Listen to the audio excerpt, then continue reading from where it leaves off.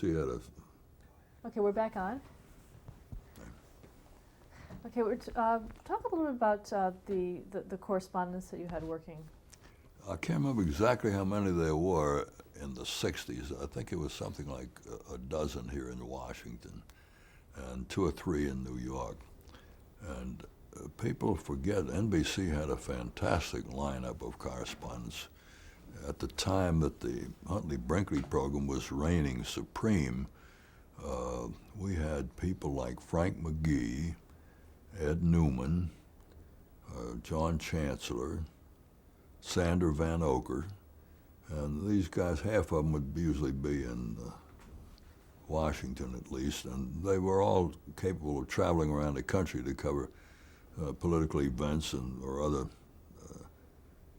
things. Almost all of the television newscasters, network correspondents, had to be capable of picking up, going out to the airport, going to some place where news is suddenly developed, and report later in the day on what the story was. So they were covering all sorts of things. But these guys, McGee, Chancellor, Van Oker, Newman, the 4 horsemen right underneath the correspondents, were particularly good, and they were, these guys were learned guys. They were scholars.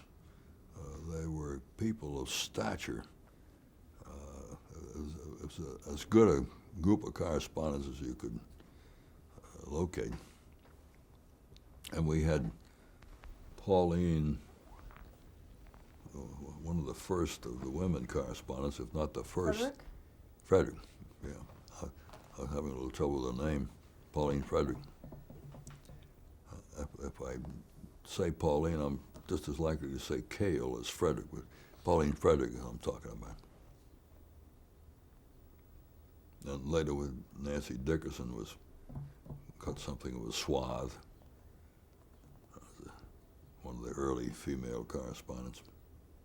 Did you feel that they had a harder time making it in the business? I think Pauline Frederick had a harder time. She went back to the 40s and 50s. She was the United Nations correspondent for NBC. And in those days, being a female correspondent was unusual, and I'm sure a lot of the men looked askance at her and gave her a hard time. But by the time Nancy Dickerson came along, it was still unusual to have a woman correspondent, but I think there were beginning to be advantages to being a woman, because the networks were looking for women. You'd go out and hire somebody and hope that you could find a woman to do the job. And the same would be true of hiring black correspondents. There were problems and advantages of hiring a black correspondent. Now, how closely did you work with the Huntley-Brinkley report? I didn't work very closely with them. They had an editorial operation going on, and I had over on this side an administrative operation going on. So I was not closely involved.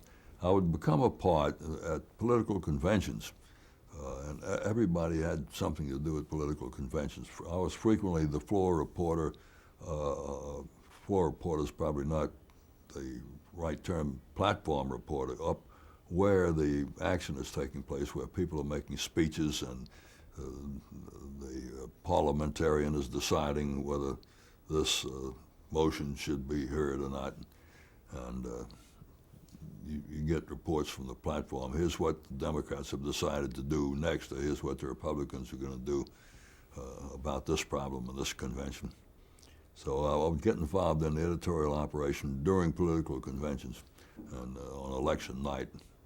Otherwise, I was connected with them in terms of working on the administrative apparatus and the availability of correspondence and so forth.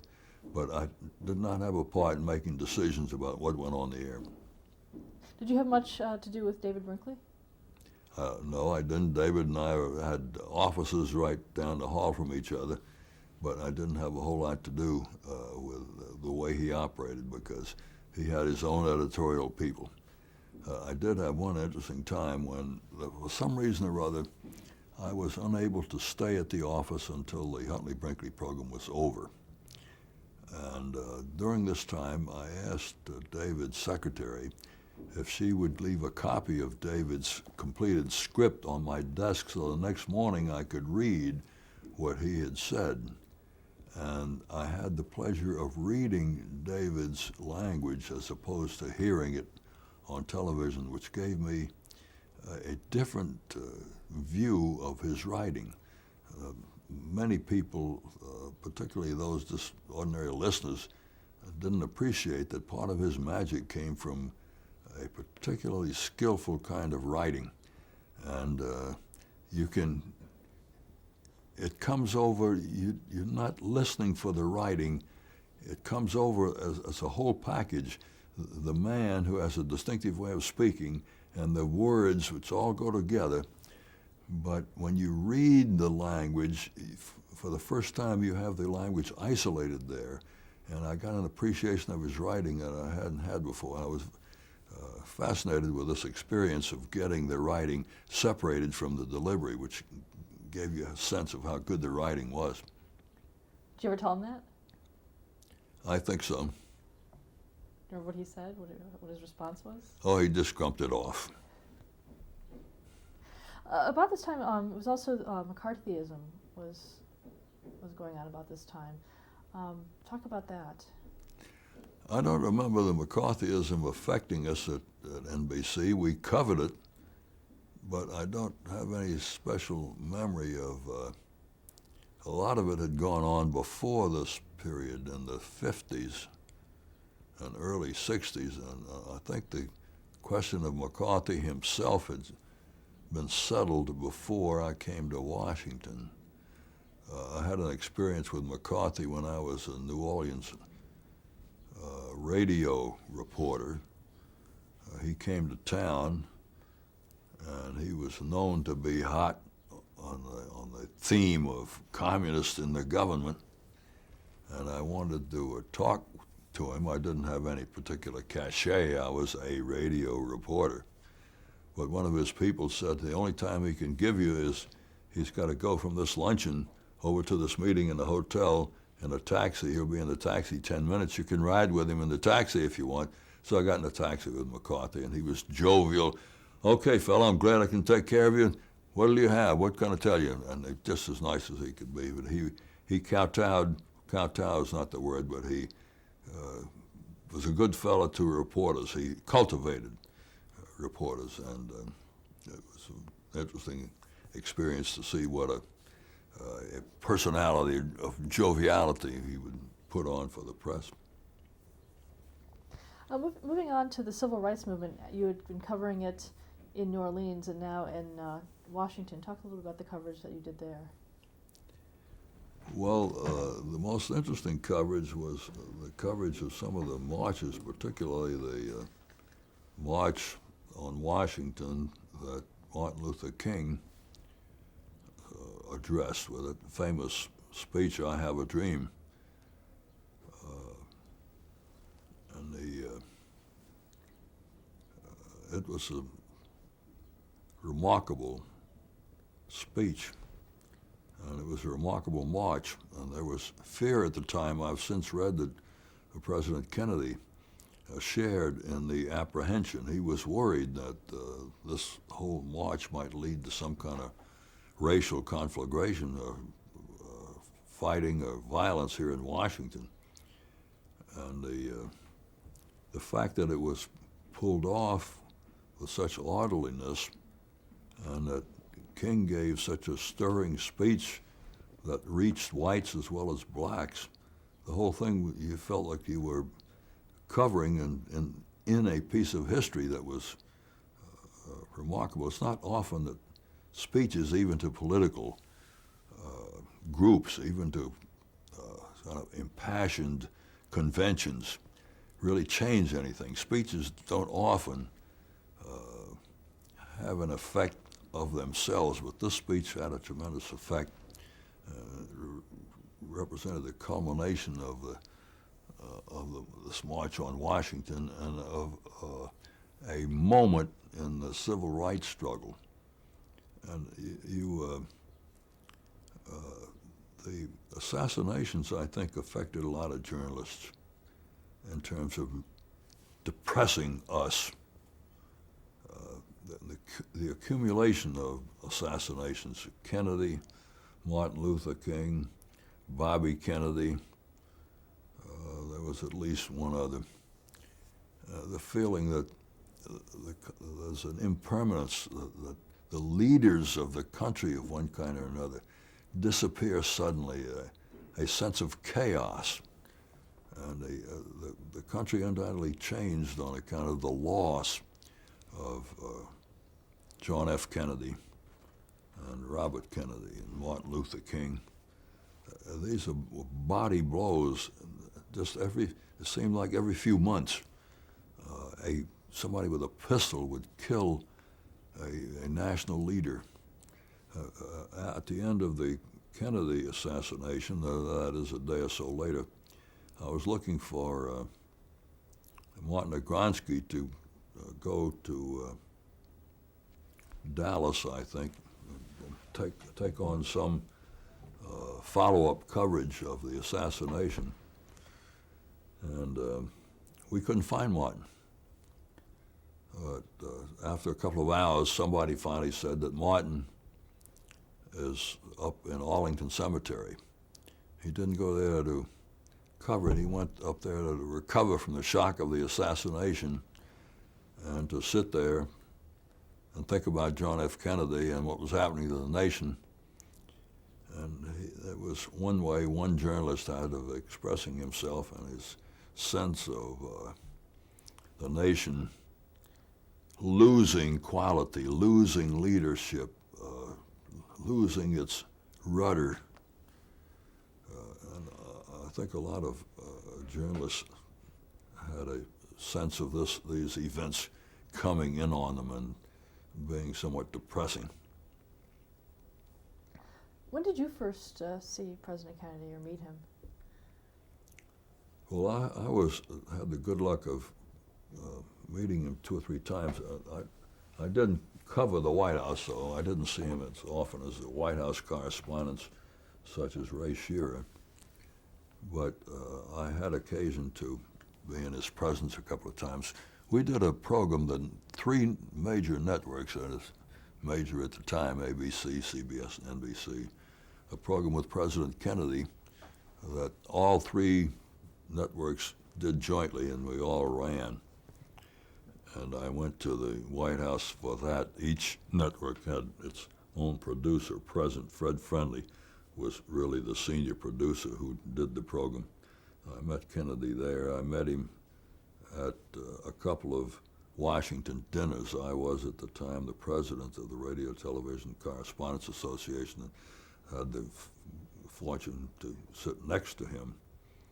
And I thought he was going to be, did not in the time he had become a great president, but was on his way to becoming a great president.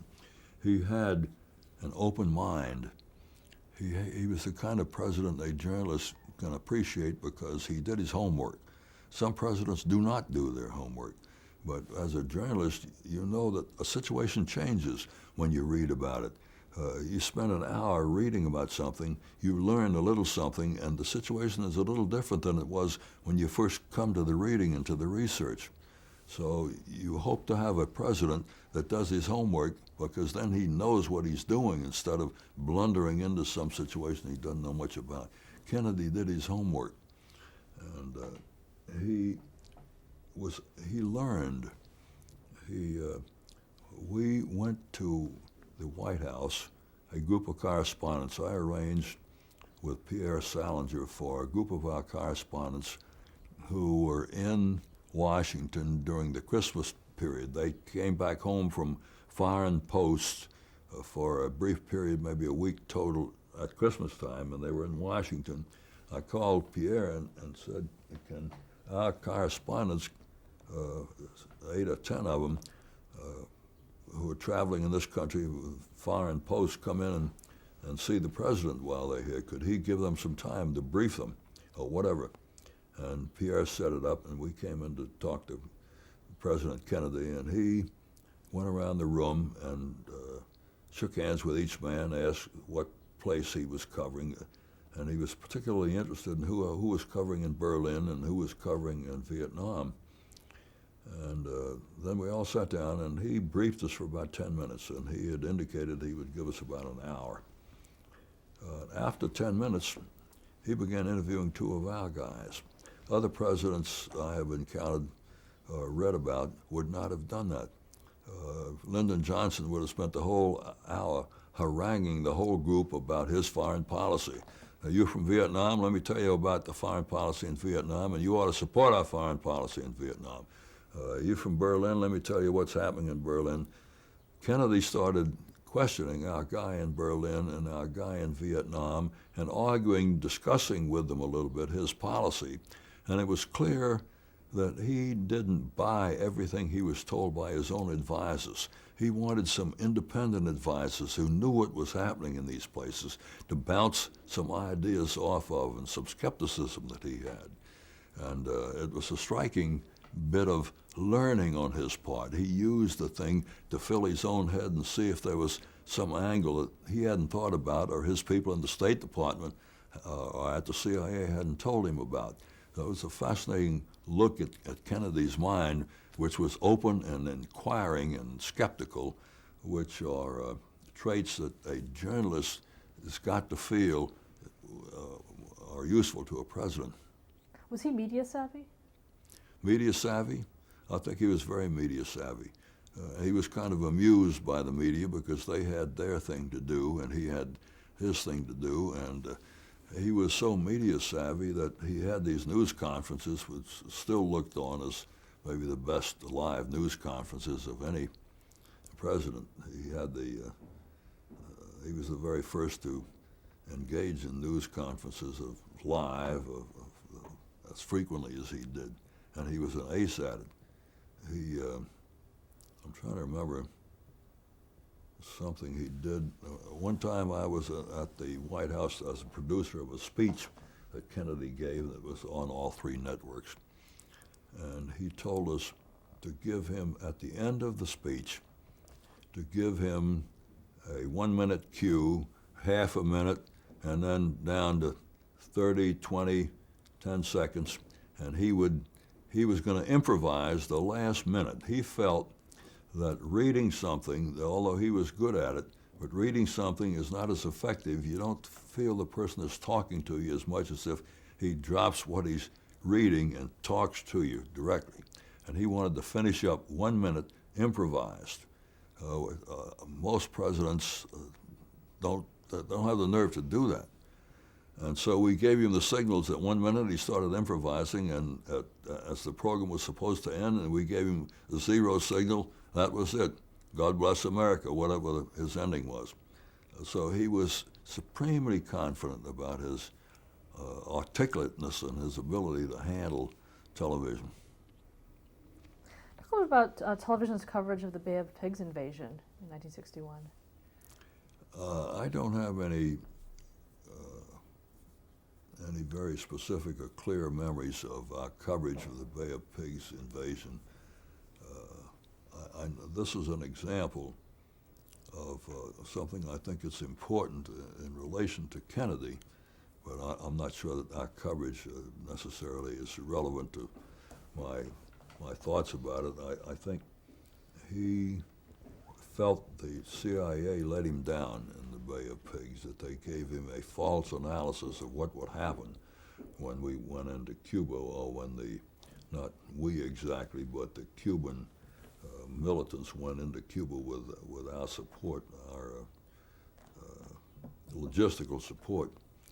And subsequently he acted as if he needed a check on the CIA, and what was it he did that was interesting? I think because of what he did in the Bay of Pigs, where he showed that he was able to refuse support. They asked him to provide air support, which he had not agreed to do. And he refused to provide air support, which sealed the doom of those people we were supporting, which indicated to me that he might not have kept us in Vietnam. I think he might well have pulled us out of Vietnam. If he had the nerve to cut those guys off in Cuba, he might have had the nerve to take his losses in Vietnam and stay out of there. And some of Kennedy's closest advisors think he would not have kept us in Vietnam. How about the Cuban Missile Crisis and that coverage? Well, the Cuban Missile Crisis had to do with a cover. We didn't quite know what was going on, but we were covering whatever came from the White House. It was clear things were going on that were, and a few days later, came to light, but a lot of it was happening behind the scenes, and gradually it came into view, and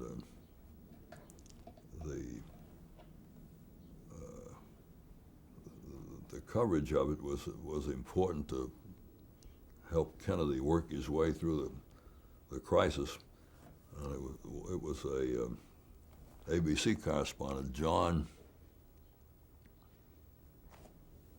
short guy, bald-headed short guy, had a part in the resolution of the Cuban Missile Crisis. As you may recall, he talked to a representative of the Russians and came in and offered and told the administration of what this Russian was saying they would do if we should agree not to invade Cuba.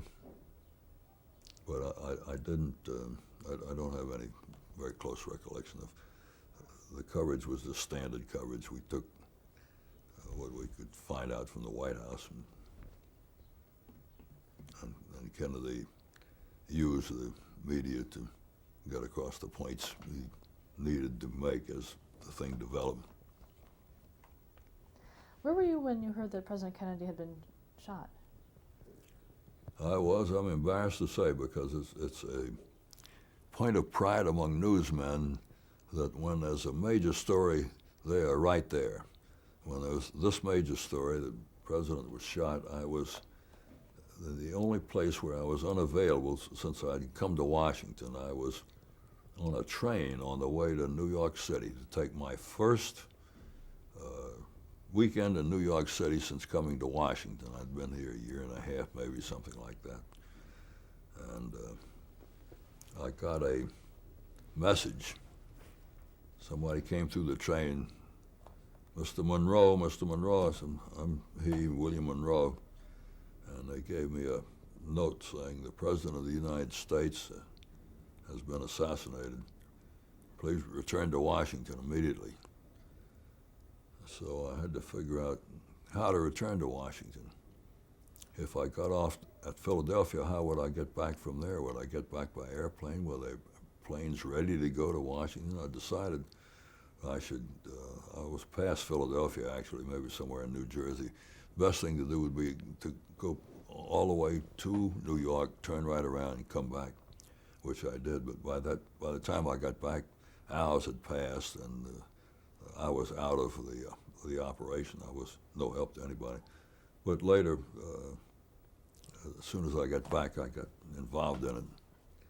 But I had this helpless feeling of being on this train and not being able to get back right away.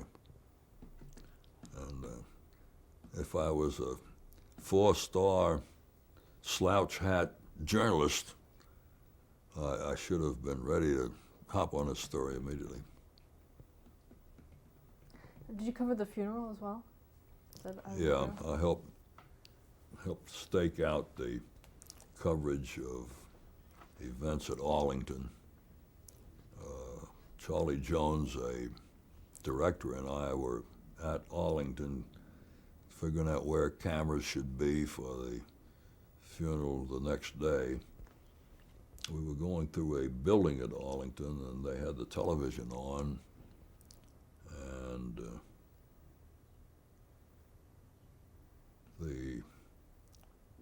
in Texas we were looking at live coverage of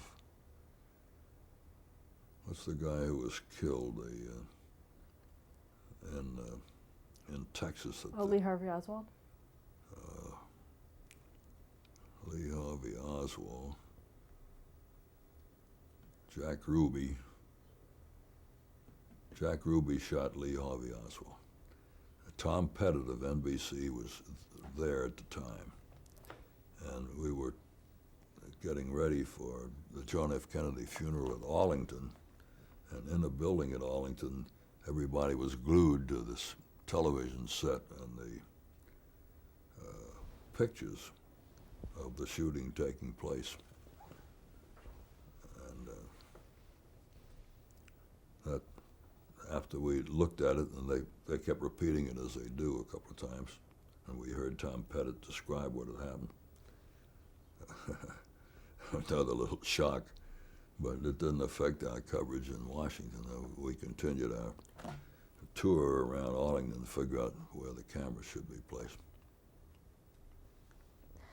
Another program that you worked on was This is NBC News, 62, 63.